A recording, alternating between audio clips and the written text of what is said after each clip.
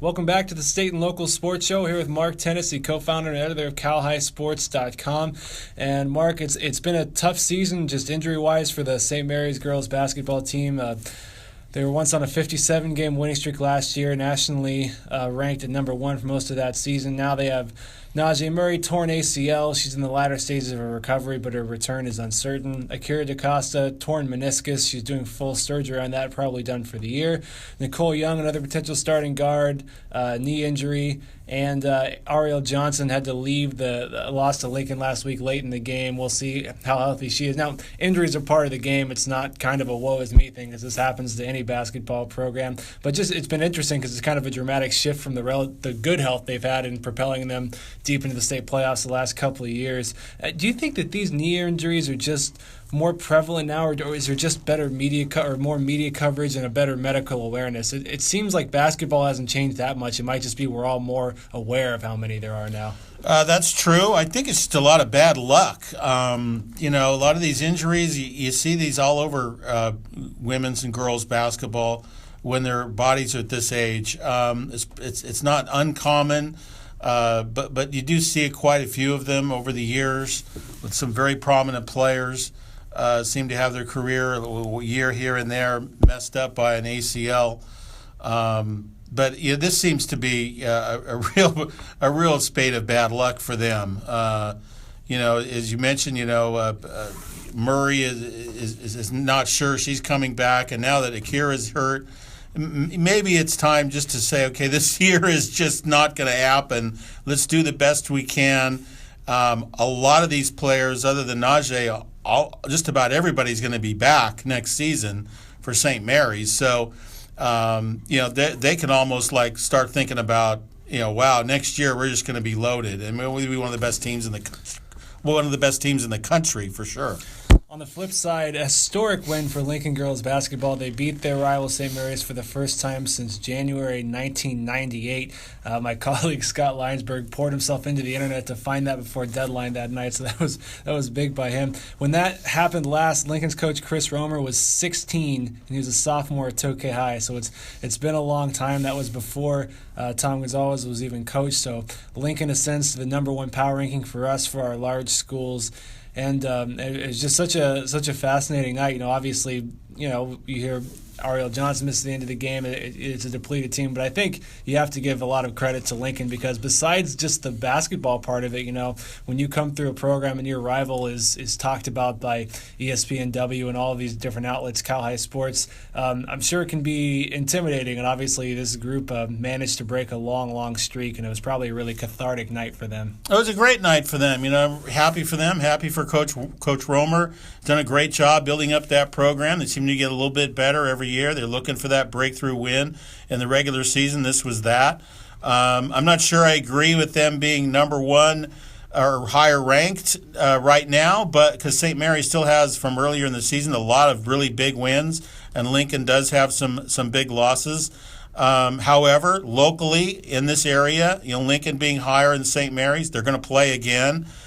St. Mary's can certainly win and then get back their number one ranking. I don't think that's bad either. So, we're probably going to drop St. Mary's from the state top 20 this week, which is historic in its own right. They've been in the top 20, pretty sure, every week since at least 2007, so it's about 10 years. And I'm not sure they were on the bubble in those years, 2006, 2007. But this is where they are now, and they have a lot of these players out. But again, give credit to Lincoln.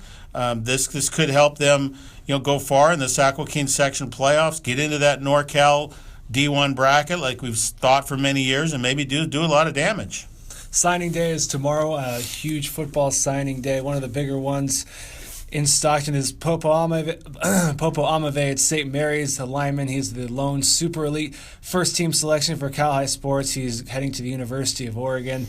For you guys, when you're separating those fine line first team, second team, or second team, third team, what stands out the most? Is it reputation from coaches or the local media who covers them? Is it their recruiting profile? I mean, when you're kind of faced with those decisions, what do you lean on to kind of separate these guys? Well, we have a lot of, as far as Popo's situation, he could have been offense or defense. We liked him on defense because it seemed like that's where most people were putting him. That's where you put him on your honors team. That's where he's going to probably play in college. There's a little bit more flexibility on the defensive side of the ball. So I would say his flexibility, being a two-way lineman, helped him to be first team All-State. The other really important thing is representation of a championship, highly ranked team. St. Mary's was one of the top 6-7 teams in the state, one of the most prolific offenses in state history, and Popo was going to be their number one guy in terms of their best shot to get somebody onto the first team. And so that was a very key factor for him getting up there. We weren't able to get someone from Cathedral Catholic that high, but we did get one of their guys, second team, couple guys up there, but he was their main guy, and that really helped. That really helped being on a championship team. A quick look at the football signing day tomorrow. At St. Mary's specifically, we have Amaveda, Oregon, Cole Norgard at offensive line, University of Washington, and that's a big one. He was a verbal commit to Nevada, and as St. Mary's, I think, and his name kind of lifted together, he got an offer from Arizona and Washington. I mean, to go to a team that reached the college football playoff semifinals, it's huge for him. Dewey Cotton to Sacramento State. Mike Preflin, one of their offensive linemen, going to go to Tabor College, an NAIA program.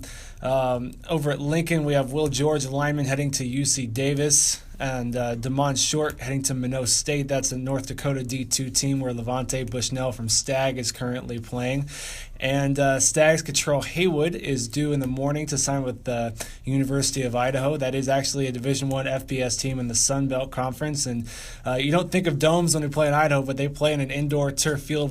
Considering how good he is on a turf field where he can use his speed and his ability to jump, I mean, I think that's a great fit for him. So a huge signing day across the area for football. And football is in this week because it's Super Bowl week. Super Bowl 51 is in Houston. Mark Tennessee does a weekly column for us in The Record and recordnet.com. And you tied in a bit of the Super Bowl and some local history, Northern California history, and quarterbacks this week. And I'm guessing you might mention Tom Brady. Yeah, I mentioned Tom Brady. We have an annual task at Cal High Sports. We do Super Bowl alumni. And this year there are 14 players from California high schools that will be in the Super Bowl, which is more than any other state.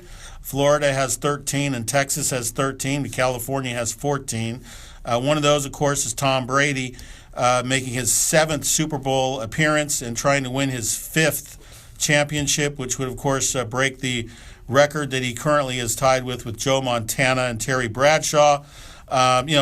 Tom being from Northern California begs the question. He's obviously the greatest quarterback from Northern California. Well, that sort of, to me, gets into who are some of the other great quarterbacks that have come from Northern California. Aaron Rodgers almost made it to the Super Bowl as well. Well, almost, considering they got to the final. It wasn't a close game, but almost, being he got to the conference final. But one of these years, we sure hope to see a Rodgers versus Brady Super Bowl. And then that brings into some of the questions of some of the best quarterbacks from the area, the Stockton, Sacramento area, the Sac Joaquin section, things like that. So we're going to go through a lot of the top quarterbacks from the area, Northern California, Sac Joaquin section, and California. That makes me think, which guys from this area have the best chance of getting to a Super Bowl sooner rather than later? I think about Matt Overton, the long snapper for the Colts. Obviously a flawed roster, but they have a good GM now, and when you have a quarterback like Andrew Luck, sometimes year to year your ability to reach a Super Bowl can change because he's so good. And I also think it's a little bit more of a dark horse, but I think about Doug Martin on the Buccaneers. They seem to be heading in a good direction, and Jameis Winston has been a good NFL quarterback. That might take a little bit longer, but I feel like those two are the most primed of any area players to go there. Yep, could be. Yep. Now over on CalHighSports.com, the Gold Club membership, less than $20 a year, less than $2 a month. All of your state record books, rankings, insider content, a great source for high school sports fans across the state. And thanks for joining us, Mark. We appreciate it. Thank you, Thomas. Take care.